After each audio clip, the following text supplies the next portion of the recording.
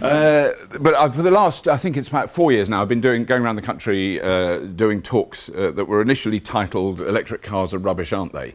Because that was the general perceived attitude to them. And then as time passed, I had to redo it. I had to punctuate it differently. So it's "Electric cars are rubbish, full stop, aren't they?" ? Because it became, it was very obvious there was a slight change in perception about electric vehicles. So if you think back to the time that they first sort of appeared in the general mainstream consciousness, and when they appeared on programs like Top Gear, and were denigrated and ridiculously portrayed.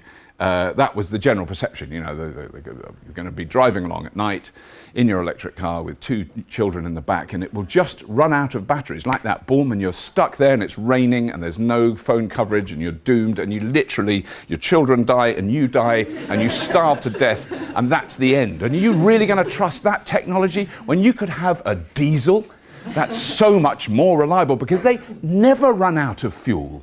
They never stop. They just keep going forever. We all know that.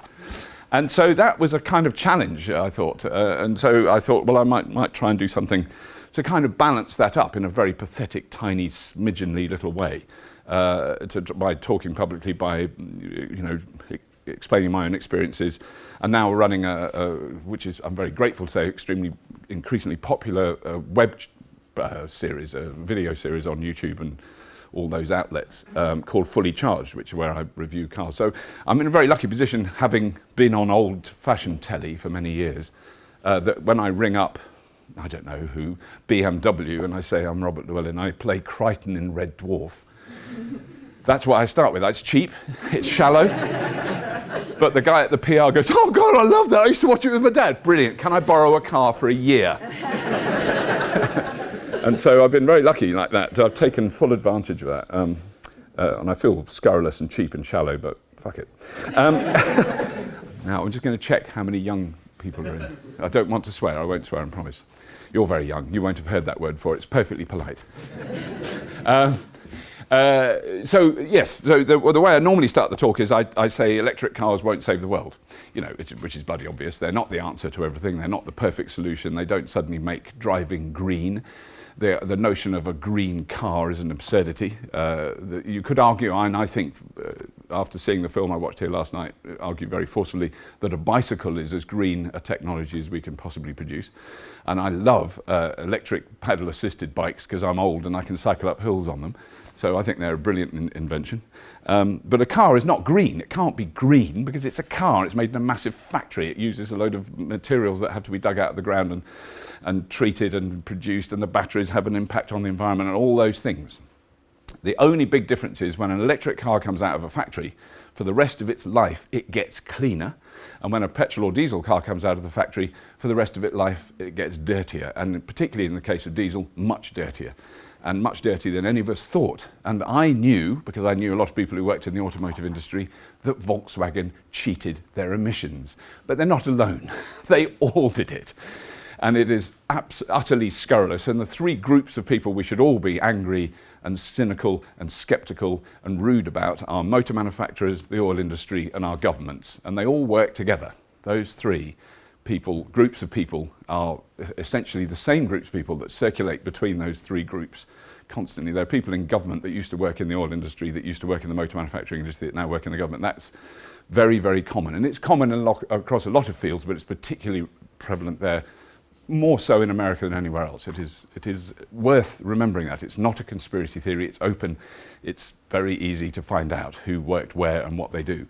In the same way as a lot of people who worked for the HMRC now work for big accountancy companies that know how the tax system works and arrange tax for big corporations so that they don't have to pay any.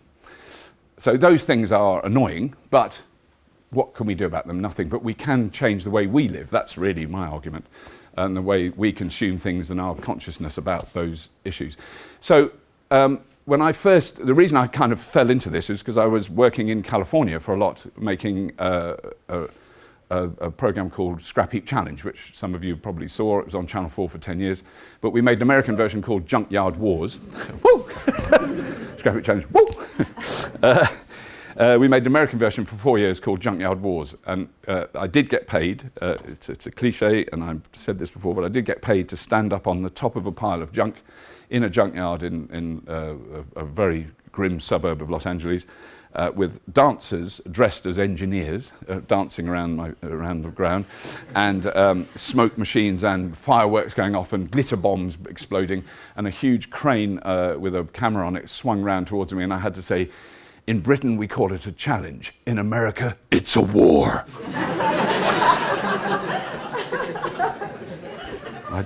I did actually say that, and I got paid quite a lot of money to do it.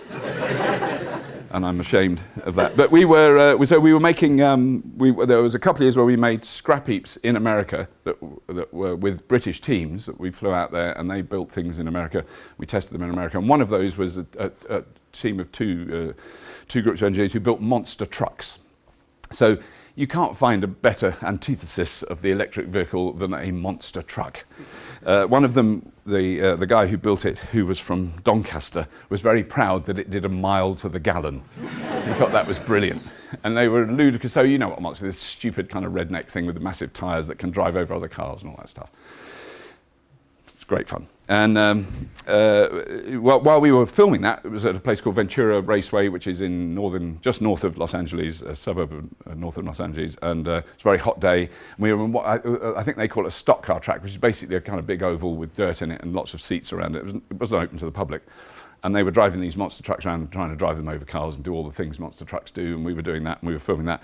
Next to it is a drag strip, and on the drag strip were muscle cars, Ferraris, Porsches, Ford Mustangs with wide tyres and big exhausts, all that stuff, which, you know, yeah, I used to love all that stuff when I was young, but I felt I'd matured. And we went into it, was nothing to do with us, and every now and then you hear and smoke and everything like that. But during the lunch break, I was standing under the awning having my fruit and water lunch. Okay, and a burger that was really gross. And this really amazing bloke walked up who was comical, really. I mean, and I don't want to make fun of him, but it's very hard not to. He was a sort of Simpsons cartoon version nerd. He was a sort of uber hyper nerd. I've never seen anyone quite like this. He was quite short. He had very, very high-waisted chinos on with a belt that was tight, and it had loads of things hooked on it, you know, like a leather man and measuring devices and calculators and a phone and another phone and a backup phone and a battery pack charger, just everything on it. And he even had a short-sleeve white shirt and a pocket protector in his pocket. I thought that was a joke, but and he had loads of pens, massive glasses, and clearly a brilliant technical mind and engineering mind, but not brilliant at probably basic social interaction between human beings.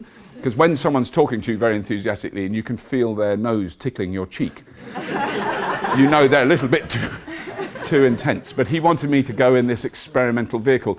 And it's hard to explain now that, because you know, it's great fun doing that, and I've done that a lot, and I've been very lucky. But at the time of doing Scrap Heap, I was constantly in experimental vehicles, most of which were lethally dangerous and could have blown up at anything. So I kind of had my fill, and I've driven Challenger 2 tanks and weird cars and dragsters and Formula 1 cars and all, you know. So it's brilliant fun.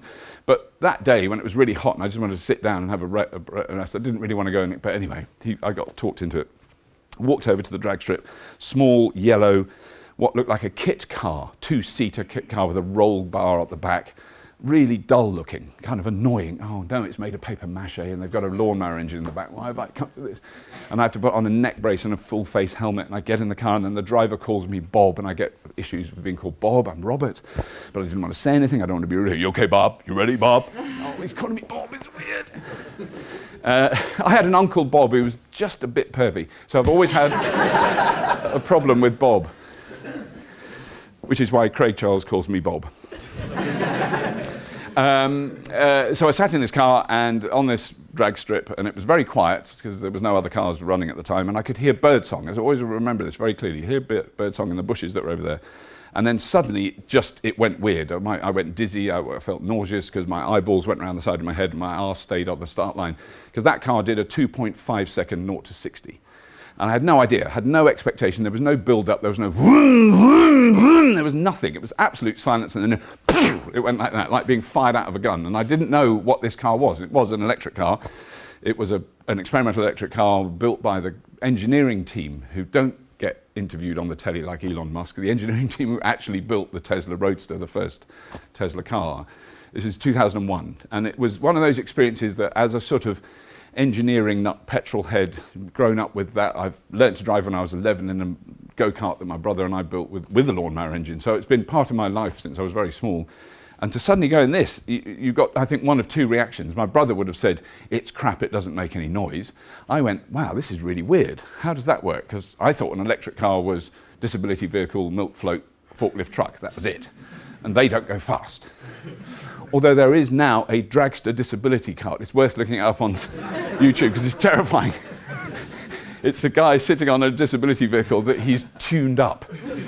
Oh my God. I think it does 85. And it's got those tiny little wheels. It looks lethal. Anyway, so that was very intriguing. And then, but it still seemed, why would anyone bother? You know, we've got cars. They already exist. Why would anyone bother to do this, go through all that effort? And it was really, I sort of learnt almost by reverse osmosis. I understood after the event why there was this movement, a technological movement in a way, in the United States, particularly in California, to develop alternatives to the fossil fuel engine. And that was because of the pollution problems, particularly in Los Angeles. And we saw, the film we watched last night, Bikes versus Cars, was an amazing sort of underlining of that whole thing, that in the 1980s, when I first went to Los Angeles, it was a toxic pit of hell. I mean, it was just so heavily polluted. It's the geographical nature of the city. It's surrounded by mountains. It's huge. It has 2.5 million cars in it. They were all massively inefficient, leaded fuel, no catalytic converters, all those things. It was really chokingly grim to breathe in Los Angeles on certain days. That was quite a good, it's come back to me emotionally. But it was like some of the Asian cities now, like Shanghai and Beijing, are choked to bits, and so everyone's got masks on. It was horrible. And there was incredibly high levels of childhood asthma, a lot of breathing difficulties for older people. People who lived near the freeways had terrible breathing problems because of the pollution coming out of all these vehicles. And so the Environmental Protection Agency, and particularly the Californian Air Resources Board, introduced legislation that said no manufacturer can sell vehicles in California unless they also supply zero and ultra-low emission vehicles as part of their range, which was a challenge to the motor manufacturers, which they weren't happy about, and they spent the next 10 years spending billions of dollars lobbying to overturn. But while it existed, it opened this tiny little door that allowed people who worked in computers and worked in battery management systems, worked in battery development, to start to develop electric vehicles. And that's really where this came from. So the country that in effect gave us the problem of the internal combustion engine have been played a very important role in potentially giving us an alternative. And that's happened in the last, I suppose, 18 years. That's been going on, really.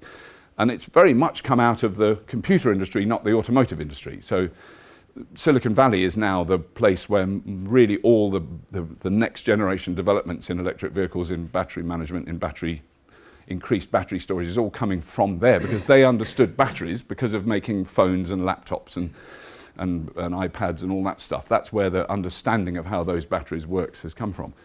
But I think it's also important to remember that the lithium-ion battery itself was developed in the 1970s by a team of scientists in Oxford.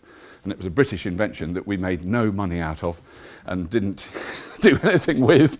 And all the scientists that learned about it went and worked in California, which is sort of the story of our island, isn't it? But so that was then, and then I started to get really interested in it, and I read up about it and found out more when I was in California, came back to the United Kingdom. But when I'd been in California, then I'd also driven around in a Prius, which didn't really exist in this country at the time. I certainly hadn't heard of them. They were very rare. And that was an intriguing vehicle, because I thought, that's weird, because I drove in a Prius and it pulled away from traffic lights without making any noise, and I thought it was being pulled by a wire or pushed by a pickup truck behind, because it just feels weird if you're used to petrol engines and gearboxes and clutches for a car just to go like that. It's like, ah! What's happening? So I came back to the UK and I had a car called a Volkswagen Golf R32. Some of you may know what that is. Some of you probably have very sensibly had no understanding or interest. But it's a stupidly fast, powerful Volkswagen Golf, really sensible, small hatchback car with We thought low emissions, clearly not. And this is the ridiculous version of it. It's basically got a truck engine in it, and it's four-wheel drive road shagger. There's no other way of describing it. It has two big fat exhausts, and it's totally silly, and footballers drive them, and I was ashamed I had it. So I drove it to a Toyota showroom and traded it in for a Prius, and it's the only time in my life, I think, or it's probably ever happened, that a Toyota salesperson has said, "Are you sure you want to do this?" But I was sure, and I then drove a Toyota Prius for many years, which is an amazing piece of machinery. And everyone, the automotive press, universally, and I've kept a load of clippings just to remind them when I meet them, universally condemned it. It's rubbish, it doesn't work, the batteries don't last, it's crap, it's ugly, it's stupid, no one's going to buy it, there's a blur. And if you look at the sales graph of the Prius, they were right. For 10 years, it was pathetically low sales, 600, 700, 800 in this country. 10,000 in America, really, really low, until the taxi firms went, oh, hang on, oh God, look at that, we've been running it for a year and it hasn't broken down and it's using much less petrol and making more money. Oh, more taxi firms buy it. Every taxi, oh my God, New York is full of yellow Prius taxis now. They have now sold 9 million Priuses. It's one of the best-selling cars globally in the world. The batteries do last. There are 3 now, I had to check a couple of weeks ago, 3 Toyota Prius taxis that have done 500,000 miles on the original battery, and the original battery was tested, it has 70% of its original capacity. 500,000, 500,000 miles. Here's a thing, if nothing else you remember from me talking to, here's the thing, Jeremy Clarkson is a lying bastard. I just want to underline that. He has been proven wrong. He is wrong. He's a twat, and he's balding. He's balding. This is the most important thing. I can say this because I'm older than him and I've got less hair, but he's got a tuft of curly hair there. If he goes like that, there's fuck all on top, believe me. Because he's very tall, you can't see it. He's terrifying. He's a terrifying, very funny man. I defend to the death his right to be a racist, homophobic, reactionary, right-wing bigot who's friends with the Prime Minister and Rebecca Brooks. He's mates with Rebecca. I'm just saying this so that we just know where we stand. Enough of him. I'll watch the new Top Gear. It won't be called Top Gear, but I will watch the new Top Gear, and I'll watch the new Amazon Clarkson is God program that will be watched by trillions around the world. But I'll know he's wrong. So then I got an electric car. I got a Mitsubishi i-MiEV, which is a very small, little compact. It was originally a petrol car in Japan. You can park it on a 10-bob note. It's tiny. It's a really efficient little car. I had it for a year, did 12,000 miles in it. I really loved it. It was an extraordinary little car. My son, who then was about the age of 15, didn't like me picking him up from school in it because it looked so naff. And then where I parked it in my garage, we live in a rural area, it's very muddy on the roads. We have actual farmers that still do actual farming around us, mostly hedge fund managers and TV presenters, but there are some actual farmers in the Cotswolds, and so the cars are always filthy. I parked it to charge it right up against the wall, so that with the passenger side of the wall, so I could get out and plug it in. And so I hadn't seen the passenger side for quite some time, and I reversed it out one day my wife was getting in, and she said, "Oh God, have you seen what Louis done?" And came out and looked, and it said "totally gay car" written in the mud. And it had been like that for probably months. I had no idea. And but my wife and I stood next to each other, and we held each other's arms, and I said, "Oh my God, look, isn't that brilliant?" Because he'd spelt totally right, which for us was a massive achievement. Because we've struggled with my son's education, and he'd spelt totally perfectly in really neat letters. Totally gay car, brilliant. Very thrilled with that. So that was a great car, and then I got the very first version of the Nissan Leaf, which was built in Japan. It was one of the first lot that got delivered here, and it won the Car of the Year award 2011, and it did 100 miles on one charge. Oh, yeah, not quite. But it's been an amazing car. I've done 55,000 miles in it, and it's cost under a penny a mile to drive those 55,000 miles. So I think it's very hard because it's so hard to keep an actual record of exactly how many kilowatt hours you've paid for and put in and used on public chargers. But I'm going to say an estimate of around £500, which is very, very conservative and generous. £500 to drive 55,000 miles. One service. It's had 2 new tyres, rear wiper replaced, and really expensive screen wash. That really annoys me because when you buy screen wash, you realise that's about 200 miles worth of electricity on the screen wash. So I cheated and used diluted fairy liquid, and it blocked up the holes. And the man told me off at the garage, because you're not supposed to use that. And so I had to buy actual screen wash, which is annoying. It's really expensive. But it's been incredibly reliable. It's never broken down. I've made it run out once to see what happened, because everyone talks about what happens when it runs out. So I thought, well, I better find out. So I drove it, 103 miles, in fact, on one charge. And then it runs out. And what happens, which is really extraordinary when an electric vehicle runs out, it stops. And you just go, oh, it's not going anymore. It just stops very quickly, and it just goes, phew. But for the 25 miles before it stops, everything on the dashboard is flashing and beeping and telling you you've got to be utterly determined to put earplugs in to run out of electricity in an electric car. You've got to go, I'm going to run out, I'm going to leave the kids in the back in the rain, I'm going to make this damn thing run out.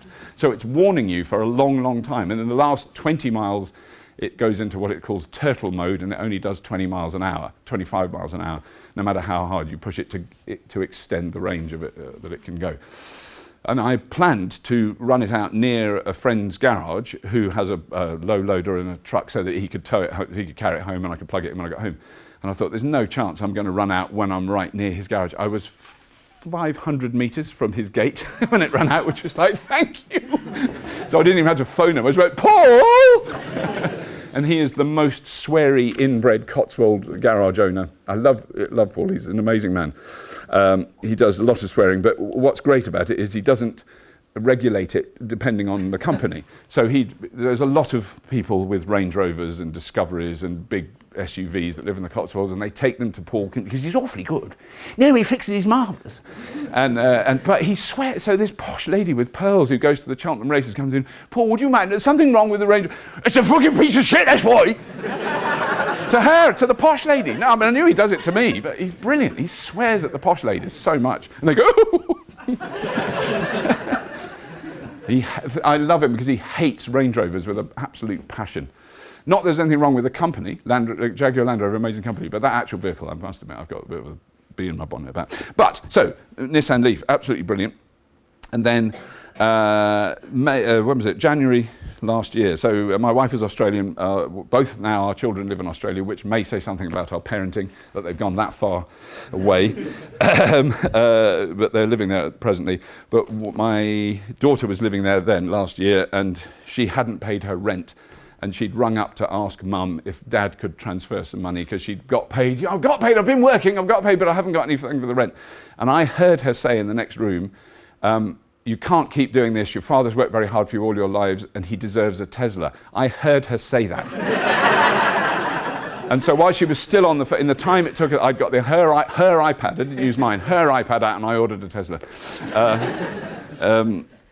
So that's how I ended up with that, which is parked outside, the Tesla Model S. Mine is a normal, effectively the Vickers version of the Tesla Model S. It's just 85. There's no letters on the back of my car. So it's rear-wheel drive, 85 kilowatt-hour battery, normal Tesla that is just normal. It doesn't have ludicrous mode. It doesn't have any modes. It's got no modes. It just goes, it does driving sensibly. Don't go too fast, don't be silly. Mode, that's the only one it's got. But it goes a long way on one charge. So I've had that since June last year. It is an amazing car, but it is much too big. I have to do so much manoeuvring to get that in the garage because it is like parking a ship on a tennis court. I mean, it's just too big. It's just enormous. But it's an extraordinary breakthrough in that technology. So it's really represents the kind of cutting edge of all that technology that's come out of Silicon Valley, and the battery management on it is extraordinary, and the software in it is extraordinary and constantly getting better. That car drives itself now. It can park itself, drive itself. It knows where it is at all the time. I can move it in and out of a parking space without being in it on my phone, and that worked instantly without any trouble, absolutely instantly. Now, I've done TV shows about where there's a BMW you can do that with. With the BMW people, with the engineers, we couldn't make it work. There's an Audi app that can do that. It didn't bloody work when there's a TV crew waiting for it to work. The Tesla one, literally, it's a download on your phone. You put it on and you go press the button and it starts to move backwards very slowly. And if you're standing in the way, it stops. It doesn't run you over. Because I thought, God, you could run over the kids with this. It'd be brilliant. You could say, I wasn't in the car. They wanted too much money for rent. I wouldn't do that with my children. I love them. But that has been an extraordinary change. And I think the interesting thing about those three cars is the public perception. So if I drove to the supermarket in the iMeave, every now and then somebody would come up and go, is that one of them electric things? And I go, yes, it is. Ah, they're rubbish. The batteries wear out and you have to throw them away. You know, as I heard Clarkson tell me. And I'd say, well, no, it's not necessarily the case. No, we don't know yet. It's still early technology. And I'd try and defend it, but they went, yeah, but it looks weird. Why are all electric cars so ugly? Why do they have to look so weird? I don't know. I don't want one. Oh, I want something with an engine that I can hear that makes me feel like a man and all that stuff. And then, so I would say very sceptical about the iMIV. The Nissan Leaf, they were kind of quizzical, really, more about the. So is it, how long does it take to charge? You know, and you have to explain how long it takes to charge and all the different levels. And then, so they were kind of quizzical about the Nissan Leaf. And the Tesla, you get out of a Tesla and go, is that one of them Teslas? You go, yeah. That's amazing. And you go, well, if they've done nothing else, they've broken that narrative, you know. So, it is the fastest Tesla, which is I drove a couple of weeks ago, and it'll be on fully charged soon. Is called the P90DL. And there's a lot of people on Twitter that know a huge amount about this vehicle, even though they've never been in one. But so they're very happy to tell me. But the P90DL looks exactly the same as that, except if you're a car aficionado, it's got different wheelie bits, and there's red things on the brake calipers, and it's all racy, and it's got wider tyres and all that. But that is a four-wheel drive car that does 0 to 60 in 2.7 seconds, 0 to 100 in 5, 0 to 30 in under 1 second. And I think that's bloody dangerous. So you could be driving along, I'm going to use an Edinburgh street name now, Hanover Street, 30 mile, was it a 20 mile an hour limit? No, it's 30 mile an hour limit at the moment. And you could get to, so there's someone decided to cross the road, and as they lift their foot to move it, you're doing 30. As they unblink, you've gone past them. You haven't broken the speed limit. It's terrifying. I mean, it's so quick.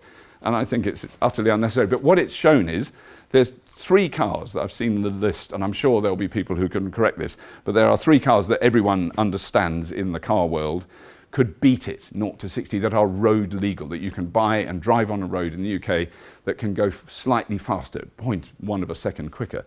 The cheapest is £1.2 million. The most expensive is just over £2 million, which is the latest Veyron, which can do 0 to 60 in 2.6 seconds. So it is faster than a Tesla. And that Tesla is £100,000, obscenely expensive car, but it's £1.9 million cheaper than its competitor. And which is the real reason they've done it. They've gone, you know, because people say, oh, electric cars, they're slow. Now everyone knows, no, electric cars are faster. And my argument is electric cars are better. That's the most important thing. They're better cars, regardless of anything else.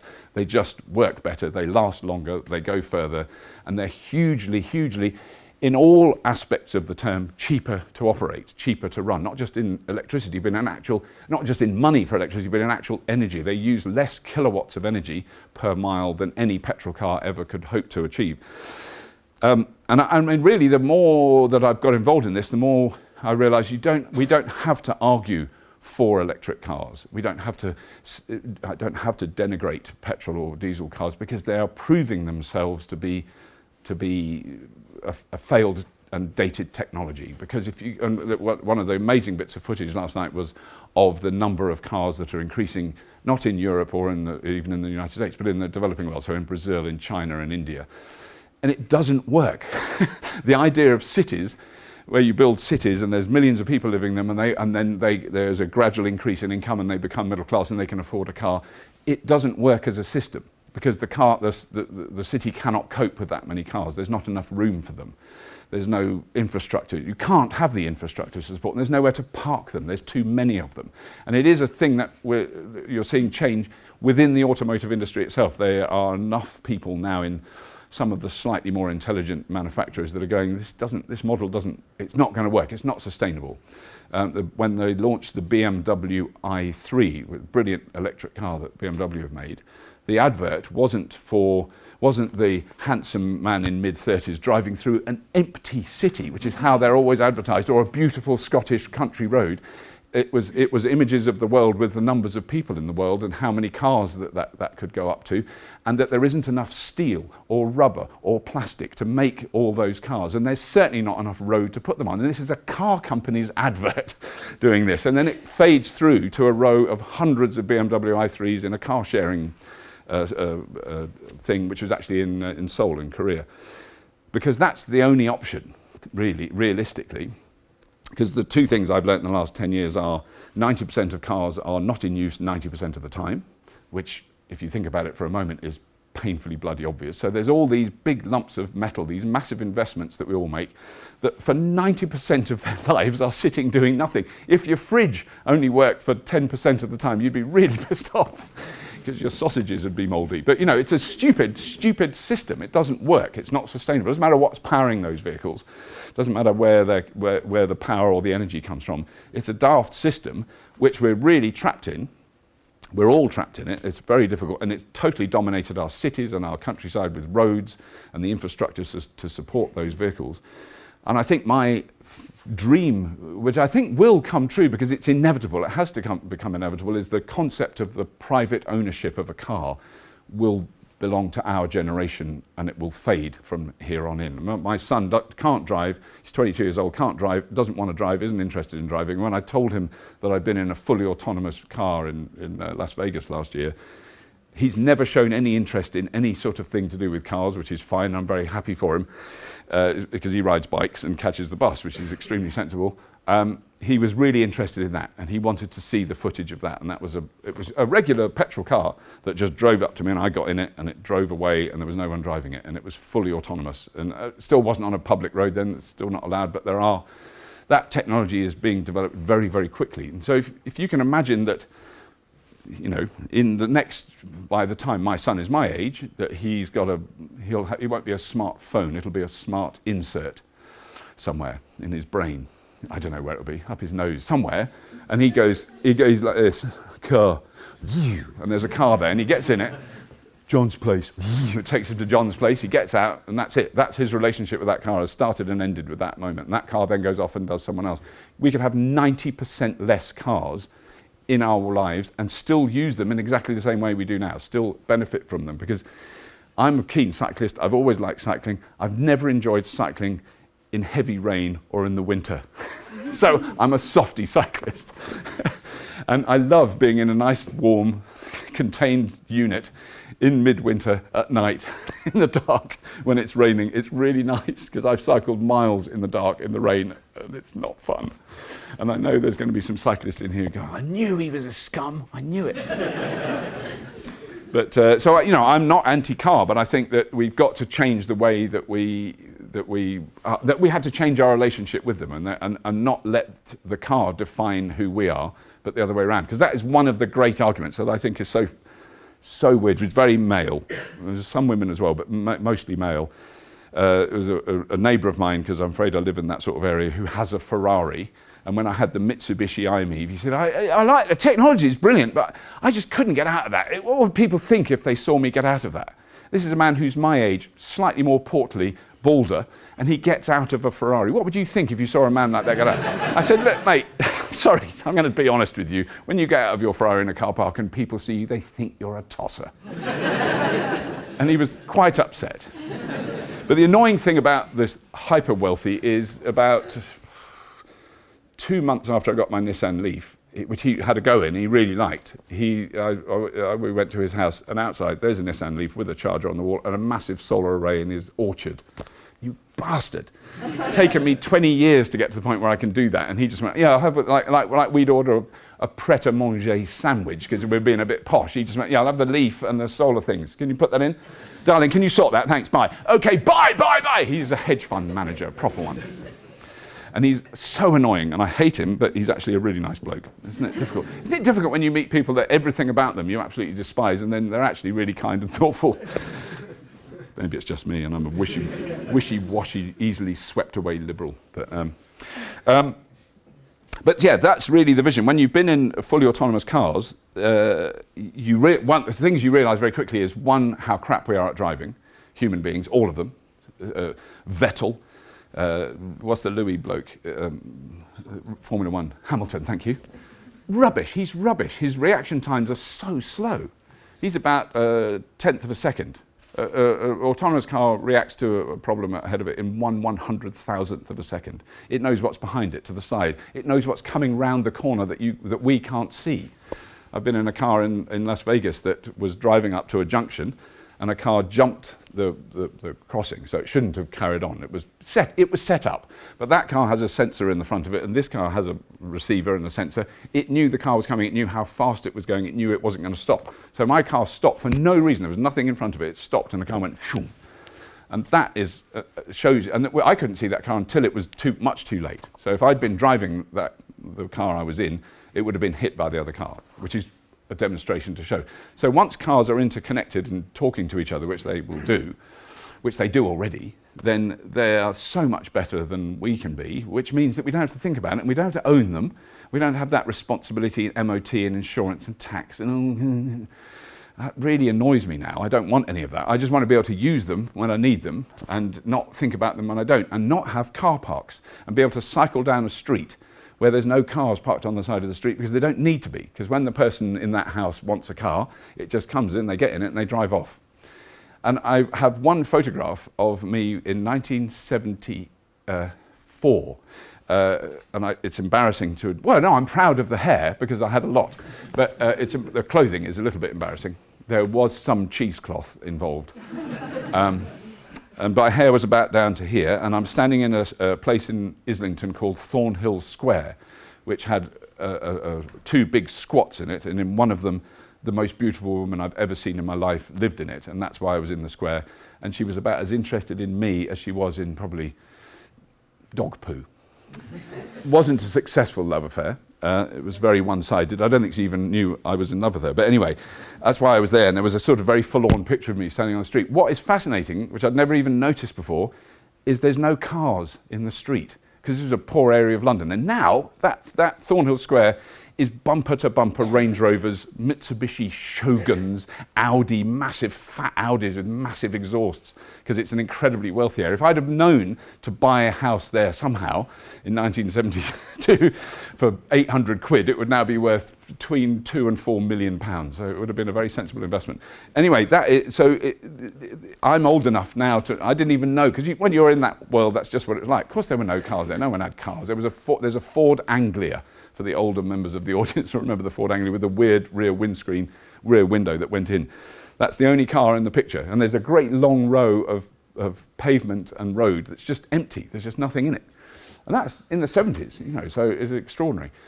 And how wonderful cities would be with 90% less cars in. And there's a good example of this in Germany. I'll try and round it up now, because I'd love to do questions and answers if you've got any questions and answers. But we filmed in Germany, in Berlin, a car sharing, on a scale that has actually made an impact to the city. It's the only place I've been where you can really see it, where you can sense it when you're there. So there's two companies, and I can't remember the name of the other one, but there's two companies that run car sharing schemes in Berlin. One's called Car2Go, and there's another one, and if anyone, they would be very annoyed that I can't remember the name, because they are in competition, which is good. And when we were there was 8,000 Car2Gos and 4,000 of the other ones, and I've just heard that there's now 28,000 cars in total in Berlin. And Berlin is about the same size as Glasgow. It's not as big as London. It's a big city, but it's not huge. And what's happened in the time that's been introduced is a 20% reduction in private car ownership from residents in Berlin. And we're talking wealthy people that had big Mercs and Audis and Beamers. And they don't need the cars. They don't need them because they use these. And the way this works is you go out in the morning with your phone and you can see where the cars are in your locality. They're all registered on the app. And we used that app, and we never walked more than 150 metres to find a car. And you walk up to the car with your driving licence, you put it on the windscreen, the door's open, you get in, you slide your driving licence into a slot on the dashboard, your sat-nav and your sat-nav history appears on the sat-nav, your radio stations appear on there, your music choices, just, oh my God, for a nerd, like, oh wow, take it out, it's not, and then you put it in, it's so good. And you drive the car, and these are electric and petrol, not diesel, or electric and petrol cars. And you drive it to where you're going. So we drove it down, you go to a shopping centre, you get out, take your driving licence, it beeps if you don't take your driving licence, it reminds you, shut the door, and you leave it, and that's it. You don't have to take it back anywhere, you just leave it there. And then you do whatever you're doing, then you come out and you want a car, and your car's gone. That car you came in, that's gone, someone else has taken that, but there's 16 others. And what this means is everyone's relationship with their car, just as I'm saying, is exactly the same in the sense of you've got access to a car, but you don't have to own it. And it's been incredibly successful, really, really successful. And what's happened in Berlin is it's easy to find somewhere to park because there's less cars. The traffic isn't as busy because there's less cars. There still are people coming in from the suburbs in cars, but less. And it's still not perfect. There's lots of things wrong with it. There's people in Berlin that complain about it. And there's proper men who want their own cars, who won't give it up no matter what. Even if it's the sort of, you can take my BMW M5 out of my cold dead fingers, motherfucker, in German. So that's always going to, but it's generational, and certainly young people, it's a perfect solution if you're young and you can't afford to buy a car and maintain it and look after it. Buying it isn't the big thing. It's looking after it, and keeping it going is a big challenge, and that is the rates for it are very reasonable. If you refuel the car when you're using it, either plug it in if it's electric or put petrol in it, you don't have to pay for that, but that takes minutes off, that adds minutes to your drive time in future. So if you've filled it and the car's, all the sensors tell them, that someone's just filled the car, who's got it? You can see it on the computer, it's Billy. He gets an extra 10 minutes drive time for free on his account. So every car, and I thought, let's fill one. And see, the guy we were with, I said, I want to help your account. We never, ever got in a car that wasn't full. Bloody Germans. Because I wanted to plug in an electric, so we had to fake plug an electric one until we could film it. It was absolutely full. There was nothing, the battery was 99.5%, So everyone charges them and keeps them going. And my cameraman was very funny about it because he said, imagine these in England. Because every car we got in was spotlessly tied. There wasn't one crisp packet, a bit of nut, old bit of sandwich, tin can in it. He said every single car you get in would be just exploding with litter because we're such scum. And I went, not all of us. But yeah, that might be it. So there's issues. But that was one last thing, because it just came back to me. I can't afford an electric car because they're much more expensive than petrol cars, which was the case up until very recently, and that we're very much at this point now. But one of the reasons big manufacturers can produce very cheap petrol and diesel cars, particularly diesel, is that they don't make that much profit on them. They make very little profit on them, especially the lower range ones, because they make their money from servicing, from parts, which you need to do. So from catalytic converters and timing belts and all those things that you have to do to keep an internal combustion engine going for 10 years. That amounts to another half a car's worth of money from the motor manufacturers. And the big problem that the big old manufacturers have is that's their model, that's their economic model. And electric cars kick that in the nuts because there's nothing to do to an electric car. It's got one moving part in the engine. The Tesla motor needs a service every 500,000 miles. There's nothing to do on it. It's got two bearings that are in sealed bearings, and they would change the lubrication in that every 500,000 miles. There's nothing to do in it. So when you have an electric car serviced, you don't have it serviced, you have a safety check really. It's steering, brakes, lights, safety systems, because there's nothing to do, there's nothing else to do. Washer fluid. When I took my Nissan Leaf, that's why I'm obsessed with washer fluid. They topped up my washer bottle and they charged me 80p. And I went, that is outrageous. And I was joking, but then the manager heard. So he removed it. I said, no, I don't mind paying it. No, Robert, if you're upset about it, we won't charge you. So I mean, that is it blows the model, because once they've made that car, there's not really any other income from it, which is one of the reasons they're more expensive. And it's definitely, it is a disruptive technology in many, many ways. But one of the ways is the likes of my mate Paul, who's a mechanic, who's got his work cut out for the rest of his life. He'll never run out of Range Rovers to fix, because particularly Range Rovers go wrong all the shitting time. And electric cars, and that's why he hates electric cars. You don't bloody go wrong. Bloody rubbish. Keep working. With a lot more swearing. Anyone got a question? Otherwise I'll just drone on for hours like an old bore. Good, thank you. So what's the range on your Tesla? Well, the most I've done in one go is 265 miles in France last year on an auto route, which was between superchargers. And the first couple of... Two things I learned, particularly on that leg, was my bladder range, which is 145 miles. Which I think most, and I sort of make jokes that because I'm an old man and blah, blah, blah, but actually I think, because 145 miles, it's the things I'd never thought about before I drove electric cars, but if you're like, a mile from a motorway, and you drive onto a motorway and you do 70, and then you drive a mile off it, your average speed isn't 70 over that whole journey. It's about 58. It's really weird. That's maths. I'm sure some of you will be good at it. I don't understand it. So I'm thinking, you're doing 70, then it will be 70. But it's because you're not always doing 70 because there's traffic and you're slowing down. And so your average speed is lower. So to do 258 miles, if you're doing 55 miles an hour, how long does that take? Quite a long time without a wee. And I've just had a coffee when we started. So I have to stop. So we stopped twice, in fact, once for me and once for my missus on that leg where we didn't charge the car. So when we actually finally did stop, we could just have the biggest wee we've ever had in our lives. But when we started out, I didn't even look. There's a system on the Tesla that shows you how much you'll have in the battery at the end of that leg of the journey. And I hadn't looked at that. So we just sort of set off, thrashed it down the motorway because it's an auto route and everyone's going fast, so you sort of keep up with them. And then I did look at it after about an hour and a half and I went, oh, because it said 5% and it goes yellow, and the very tip of the bar graph was sort of just reddish. So it was saying, take it easy, mate. So then I backed off and went behind a nice truck and just sat there at like 57 miles an hour. And by the time we got to the next charger, it was at 8%. So it had increased I'd used less fuel. So 265 is the most I've done it. The record at the moment is a guy called Bjorn Nyland, who's a Tesla fanatic in Sweden. Norway. And I'm meeting him. We're having lunch together later this year. And he's done 412 miles on one charge in a Tesla Model S. But that was, at 35 miles an hour with a mate who took over driving, and there's some very funny footage on YouTube of a very small and very articulate and quite angry-looking Asian Norwegian at Seville, who is funny, but I'm not sure that I feel guilty when I laugh because I don't know if he thinks he's trying to be funny because he makes. And then next to him is this enormous Norwegian, asleep with a pillow because he's sleeping because it's his turn next. 35 miles an hour for hours and hours and hours, driving in a big loop, so that they can work out how far they can go on flat roads. So in Holland, electric cars are brilliant. In Holland, on a still day, any Nissan Leaf will do 100 miles. On a windy day in the Cotswolds, forget it, because you've got hills are a killer. And they're really tough. Yes, sir? Just following on the range question, without the wee stops, yeah.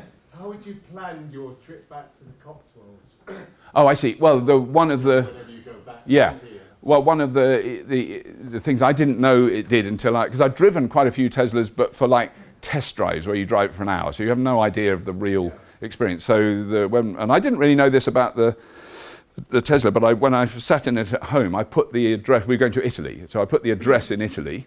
Thought, well, it won't find this, and it just within literally a couple of seconds, it had worked out a route via superchargers to that destination. So I didn't even need to do that. And in fact, I didn't use that because we were going via 1, 2, 3, 4 friends on the way, stopping overnight. So we weren't doing a direct, 3 friends on the way there and 1 on the way back.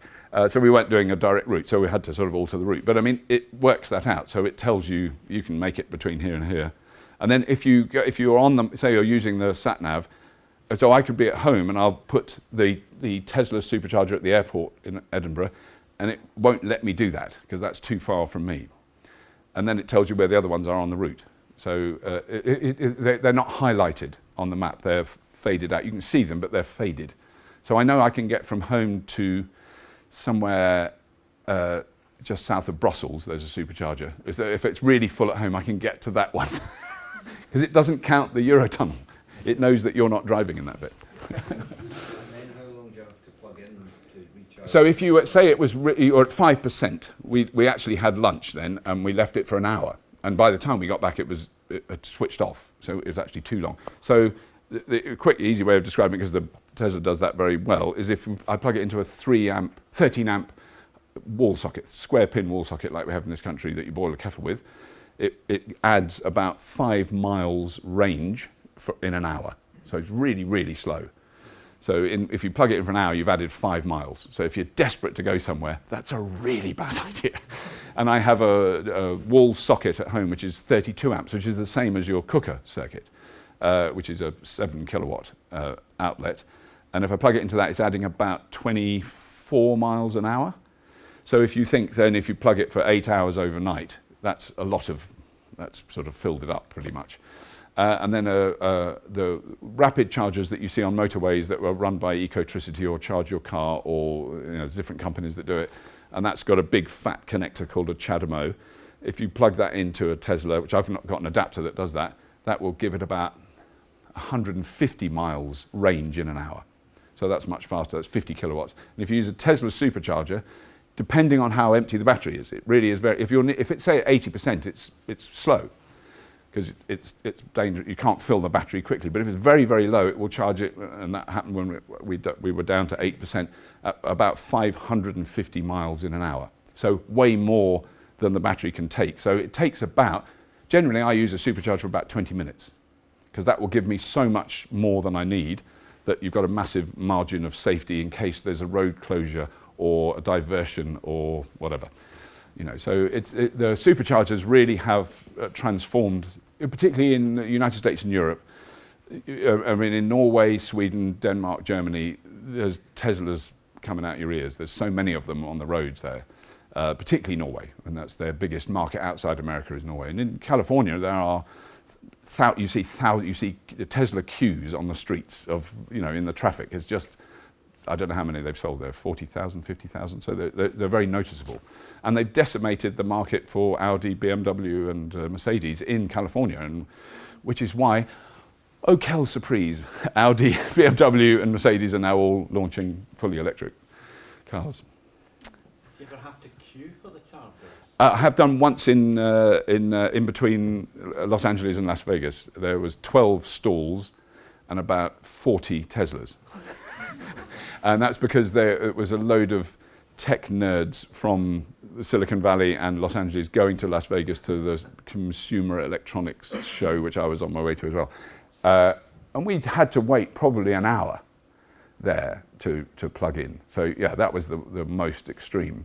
In Norway, we went to one where it was full when we got there, but as we drove in, one drove out. So, because we went, oh no, look, it's full.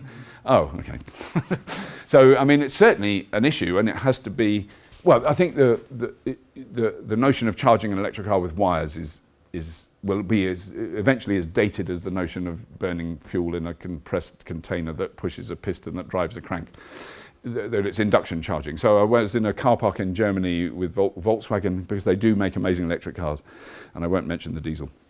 And we witnessed, I love it, when corporations do demonstrations with people behaving normally. So it's corporate employees. So this electric Golf drove into this big flash car park. In fact, it was in, what's the airport in Schiphol Airport, multi-story car park.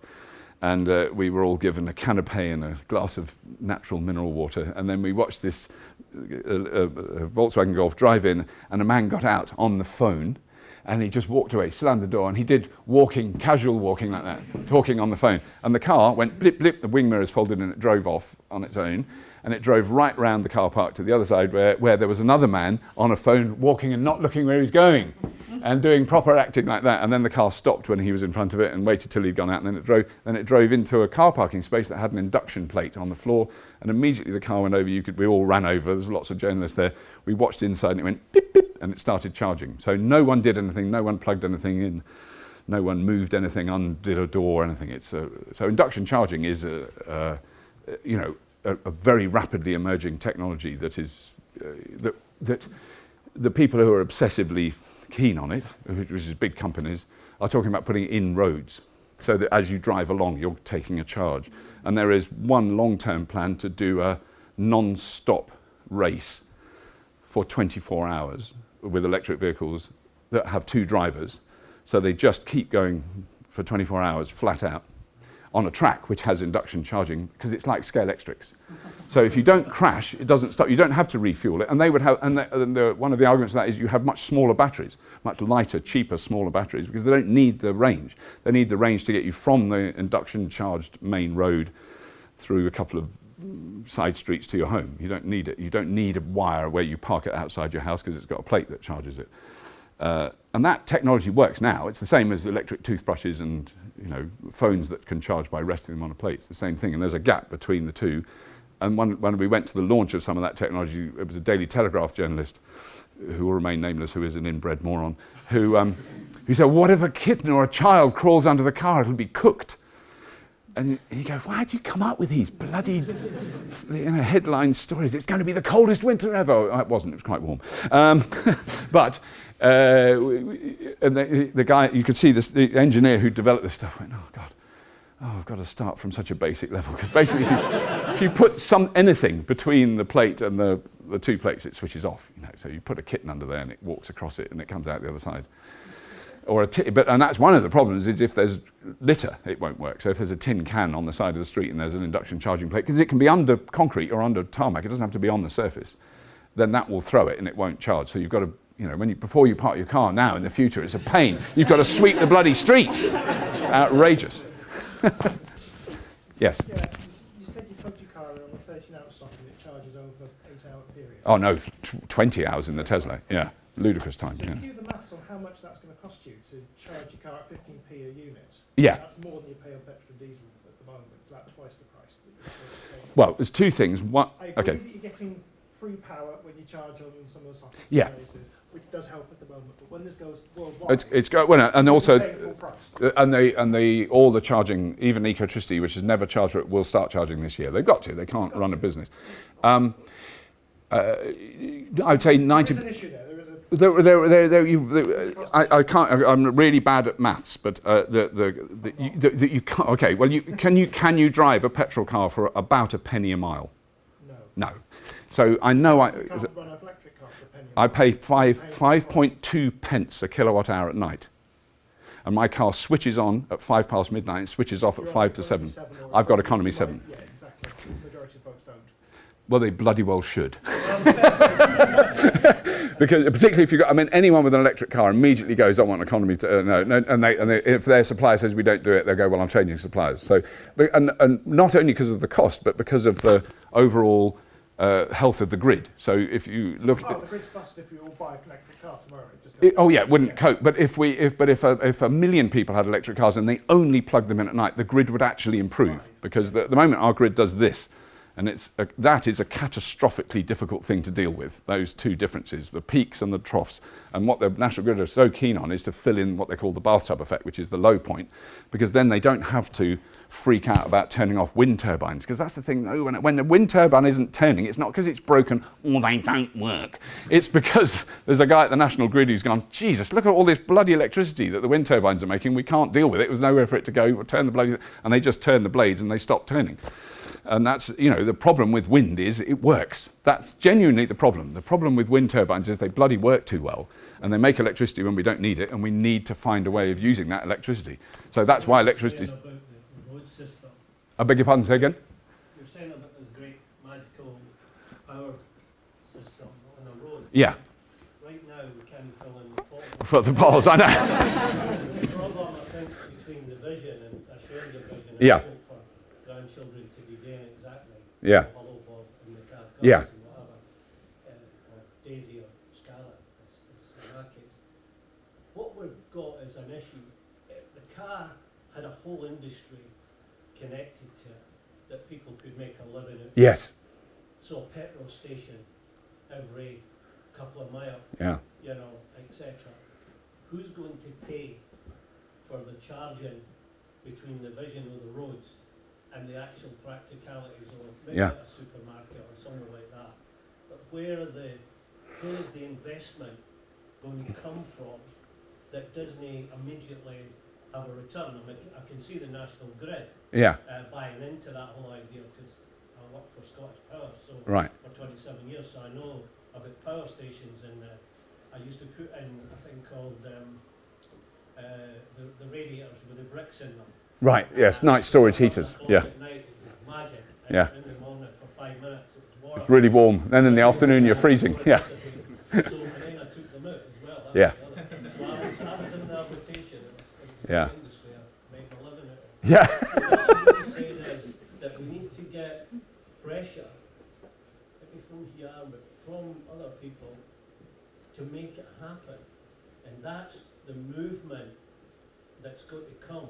Now, it might come in the middle classes, Yeah. right, and the nice leafy suburbs where there's no cars. But in the practical senses of the masses, Tesla and all those, 37,000 ain't a mass car. No. It's a mini mass car. It's the greatest mini mass car market in the world. Yeah. It ain't a mass No, car. it's tiny. Yeah. And it's really that aspect of getting the cars available for people to have a practical, and that's Yeah. a time loop. And I went on it and I'll sit down and people can come to No. our stall. All right. Yes. We've got the first electric car factory in the world. Right. Yeah. It was at Grattan, Edinburgh. That's right. Yes.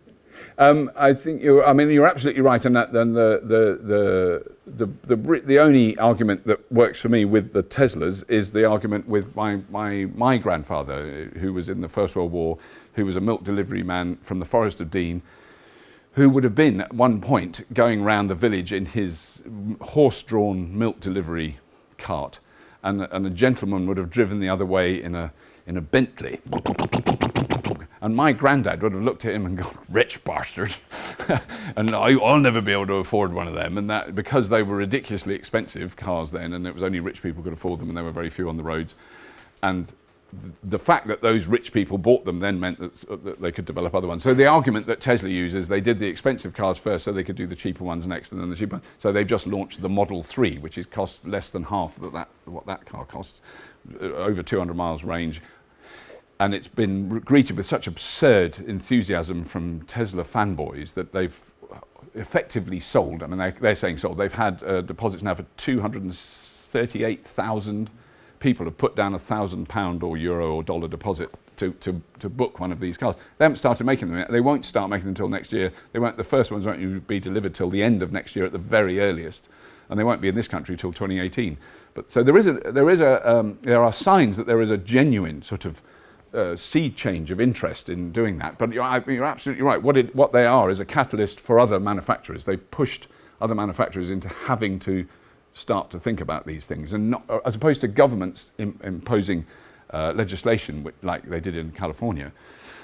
You know, there is economic reasons for the big motor manufacturers to finally get off their asses and make a car that's usable, and that is designed as an electric car as opposed to a converted petrol one that they've done in a workshop, and they make 6 to fulfill their Euro agreements or their California agreements, and they never make them, and you can't buy them, they were leased. There was a lot of things that were called compliance cars that filled the gap. That a lot of companies did that, and the cars themselves are always really good because it was the engineers that built them got enthusiastic and went, "Oh, we can make it like this, and make it like that." And now there's really, you know, the ones that really aren't compliance cars, the ones outside, the Nissan Leaf, the Zoe, the BMW i3, obviously the Tesla, and there's another company that's bigger than Tesla called BYD, an American, Chinese battery manufacturer that are making far more electric cars than anyone else put together, way more than Tesla, but they don't get the PR. So there's tens of thousands, in fact now hundreds of thousands of electric BYD taxis all around the world that have very long range, they have big batteries, they're cheaper, much cheaper, less than half the price of a Tesla. And they're Chinese, so they look a bit weird to our eyes. And those, I think now 60 BYD taxis in London, running around London. You see them very commonly.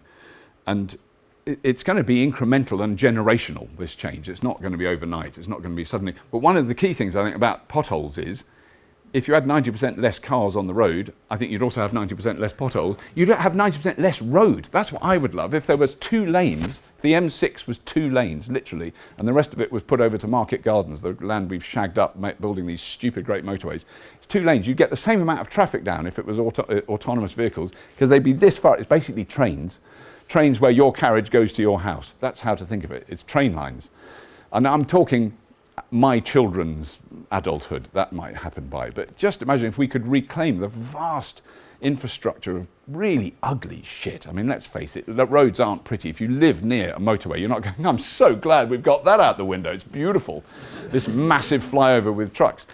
You know, that could be shrunk down. And the people who've thought about that, you know, who are far more intelligent and can do maths, unlike me, you know, the logarithm that explains that you get this many people going down this 1 mile section of motorway with 3 lanes, with 1 in each car, in that minute, you could put them all in those cars that are hugely more fuel efficient, that are charging as they go along, all those things, you know. So, I mean, it's going to take generations. You're absolutely right. And it will affect it is disruptive. It will affect industries that are around now, like the coal industry. You know, the coal industry was the absolute backbone of this country. Well, it's just gone, and it's gone for lots of different reasons. But one of the main reasons is we've kind of moved on, and the idea of burning coal. And I've talked to one coal miner who didn't punch me, an ex-coal miner from Yorkshire. So I said, because I was very supportive of the miners' strike in the 80s, and did benefits for them because I thought it was shit the way those people were treated and, you know, all that stuff. But all the time I was doing it, I was going, it's a shit job. You know, and that was my middle-class, guilt-ridden southern, you know, not grown up in a mining community consciousness. But it was also based on coal is really bloody Victorian, in the same way as the internal combustion engine. It's based on steam engines. Steam engines have pistons, valves, cranks, flywheels. Internal combustion engines have exactly the same thing. It's a continuation, and I really think that I love steam trains. They're brilliant. I live quite near a steam train thing, and I go down and look at it where they, you know, run old steam trains.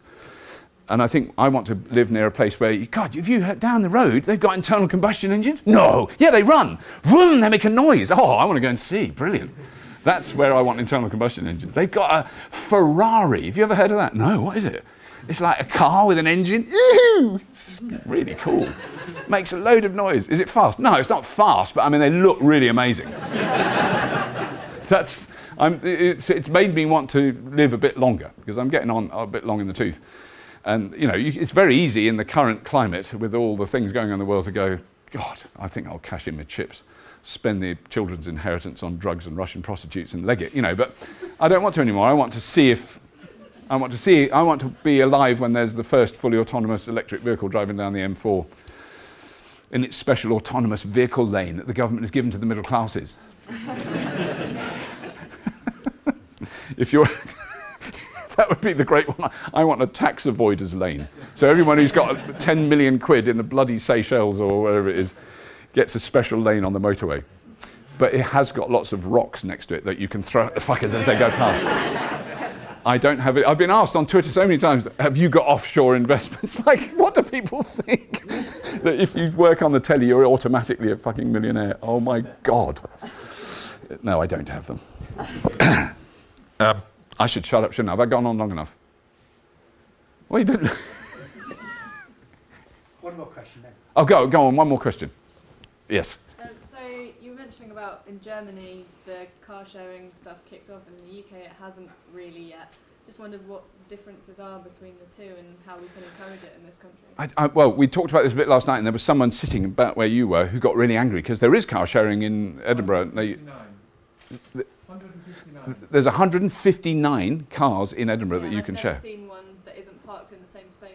That is true. It does still have that system where it's parked in the same space. So what legislation was introduced, I don't know in Berlin. I'm afraid I don't know the kind of the legal, governmental, local council attitudes to it. But, you know, I mean, when I lived in London for 14 years and I didn't have a car, and I wouldn't have dreamt of having a car because there was nowhere to park it, and there was no, oh God, and particularly then if you had a car with a radio, it would get stolen. And a mate of mine had a sticker that he put on his car which said, North London Junior Car Thief Club, job done, with a tick, you know, like the Scouts had. And then out of the front of his car, he just had wires hanging out where the radio used to be, so that he didn't get it busted into to have the radios. Not that that happens anymore. Young people today, they would be much better behaved. But yeah, I mean, it's crazy to have a car in a city. I mean, you know, you can argue still that if you live in a rural area that it sort of makes more sense. The nearest shop to my house is 7 miles away, so I have cycled there with a backpack, and I bought some food and I cycled back in 1994 on a lovely summer's day. So you can do it because it's down a really long hill, which is easy. It's really easy to get there. It's a real pain to get back. But yes, I think that what's holding it back, I don't know. There's a lot of things, I'm sure. A public ignorance being the primary one, and not understanding it, and us accepting the status quo, that it's normal to own an expensive piece of machinery that you barely ever use, that is incredibly polluting and very expensive to maintain. You know, that's really the key thing. And you know, when you next look at your car, go, when did I last drive in it? I mean, I've got 2 cars. I'm talking as a massive hypocrite. I want to underline that. But they are both electric. But I don't use them very much. In fact, I deliberately use them as little as possible and use every alternative I can because it doesn't matter what makes them go along. It's a bloody stupid inefficient method of moving a human being. A train is brilliant, a bicycle is brilliant. You know, those are very important things. And I think a fully autonomous vehicle that's nose to tail with other ones on a long induction charged single lane motorway that's buried underground that you don't even see because on the top it's all nice gardens. I mean, I'm just living in a fantasy world, but I've written a science fiction trilogy, which I haven't got any to show you, I've written how that could evolve in a couple of hundred years. So we're not going to see it. I don't think you're going to see it but you know, the internal combustion engine is dead. It doesn't work. We know that. And that's really, it's just a matter of time now until the final city just grinds to a total fucking standstill and nothing can move and everyone's sitting in their cars for just days going vum, vum, vum, vum. It'll move eventually, you know. Is that the lights to tell me to shut up? I've used one too many expletives and the sensors have finally fired. I will shut up now. Thank you. Before we finish, I'd just like to say that Visions for Change have sponsored this event and have been videoing it, and it will be available on I forgot you were there. /ASUS if you'd like to watch it again or any of your friends haven't been able to make it. And finally, Robert, thanks very much for entertaining and very knowledgeable presentation. Thank you. Thank you very much. Thank you. Thank you.